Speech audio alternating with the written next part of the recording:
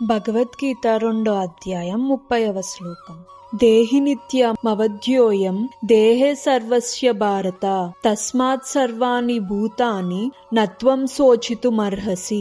ఓ భరతవంశీయుడా, శరీరంలో నివసించేవాడు ఎప్పటికీ చంపబడడు, కాబట్టి నువ్వు ఏ ప్రాణి కోసము బాధపడనవసరం లేదు. తాత్పర్యం: నాశనం లేని ఆత్మ గురించి చెప్పే భాగాన్ని కృష్ణుడు ఇప్పుడు ముగిస్తున్నాడు. ఆత్మకు చావు లేదని, శరీరం మాత్రమే తాత్కాలికమని కృష్ణుడు రకరకాలుగా వివరించాడు.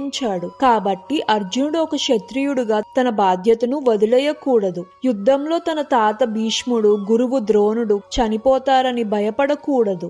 శరీరం కంటే ఆత్మ వేరైంది అని కృష్ణుడు మాటలను బట్టి నమ్మాలి. ఆత్మ అనేది లేదు అనడం లేదా రసాయనాల కలయిక వల్లే ప్రాణం వస్తుందని అనుకోవడం తప్పు. ఆత్మకు చావు లేనంత మాత్రాన హింసను ప్రోత్సహించకూడదు. కానీ యుద్ధ సమయంలో నిజంగా అవసరమైతే హింస తప్పు కాదు. ఆ అవసరం కూడా భగవంతుడి అనుమతి ప్రకారమే ఉండాలి తప్ప మన ఇష్టానుసారం చేయకూడదు.